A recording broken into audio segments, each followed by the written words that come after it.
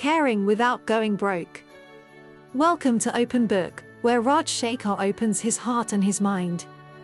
Welcome back to the Ignored Crisis, our series on dementia, caregiving, and the realities families face every day.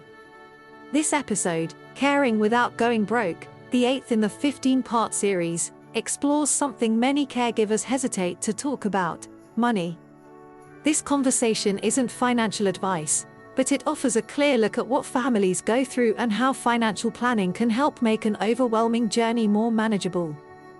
Story: The Price of Love. At 5 a.m., when most of us are still turning over in bed, Sunita is checking her boss's email, not because she's starting work, but because she's already in her first shift of the day. She ties her cotton sari, helps her father into his usual chair, places a glass of juice by his side, adjusts the TV settings, and tapes a note that reads, "Do not open the door." He nods. She smiles, though she doesn't know how much he understands. She squeezes his hand and whispers, "I'll be home soon." 6 months ago, her father was diagnosed with early-stage dementia. It began with misplaced keys and repeated questions.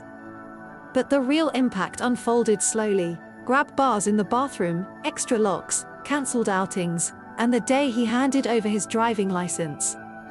Sunita earns 70,000 rupees a month. Her initial costs were manageable. A part-time caregiver for 11,000 rupees, medicines and checkups for another 4,500 Indian rupees. But dementia doesn't stand still. Night wandering began. Falls became a fear. The part-time caregiver became full-time. Late-night taxes, overtime wages, a sudden roof repair, and slowly, her savings disappeared. One day, she realized she was carrying the entire burden in silence. She called it the price of love.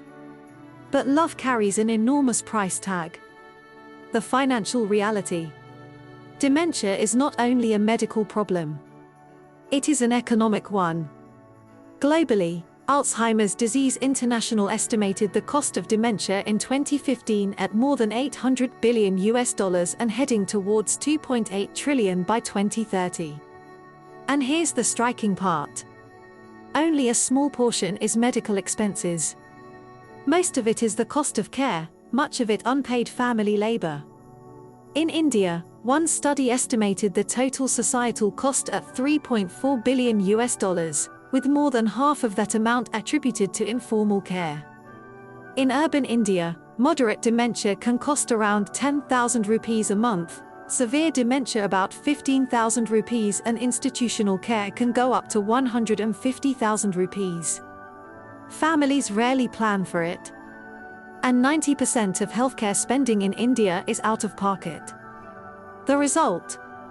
Savings vanish. Caregivers burn out. Siblings fight. And the person with dementia risks losing both dignity and safety. Why are families unprepared? Why are so many families caught off guard? Because we often avoid the conversations that we need to have. We hesitate to talk about dementia. We avoid talking about money. Most people don't get an early diagnosis. Insurance doesn't cover long-term care. Siblings assume the eldest daughter or the nicest child will somehow manage. Most people do not create a budget or plan. By the time families realize what dementia really costs, they're already deep into the crisis mode. So how can families prepare? Here's a simple roadmap. 1. Understand the stage and likely progression. Ask the doctor about the expected journey. Costs rise as dependence grows. 2. Estimate your monthly costs. Include caregiver salaries, medicines, tests, transport, home modifications, diapers, and extra domestic help. 3. Add a buffer for emergencies. Hospitalizations, falls, major home repairs, these are common. 4. Match the costs with a funding plan. List income sources, savings, rental income, sibling contributions, and any insurance payouts. 5. Review the plan every year. Dementia changes. Your plan should also adapt accordingly. This turns care from a series of emergencies into something manageable. Support you may not know about. Families don't have to do everything alone. Government programs. The National Program for Healthcare of the Elderly offers memory clinics in some districts. State departments provide senior citizen cards, helplines, and small pensions. Disability benefits may apply in advanced dementia. NGOs. ARDSI, the Alzheimer's and Related Disorders Society of India, operates daycare centers, support groups, and caregiver training programs. Dementia India Alliance and local NGOs also offer counseling and information. Reach out early. It makes a difference. Legal and financial safeguards. Good dementia care also means good paperwork.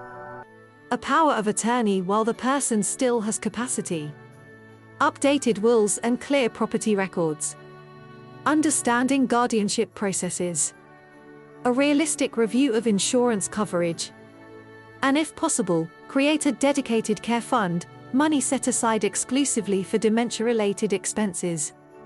One family I know even created a simple written agreement: who contributes how much? Who gives respite breaks? It wasn't legal. It was honest, and it worked. Turning cost into care. When we ask, how much will dementia care cost? We're really asking, how do we protect someone's dignity? Sunita's turning point came when she stopped saying, "I'll somehow manage," and instead said, "We need a plan." A spreadsheet. A call to the local NGO. A family meeting. A visit to a lawyer. The bills didn't vanish, but the fear did. Planning doesn't take away the sadness of dementia, but it transforms cost into care, chaos into clarity, and burnout into shared responsibility. Read the blog, which gives a lot more detailed information and tips. Join me next Thursday on blog 9 of 15, where we will look at how to make the home safe. We will explore how to create a physical environment that protects and supports someone living with dementia. Until then, take care of yourself. Thanks for listening to The Open Book.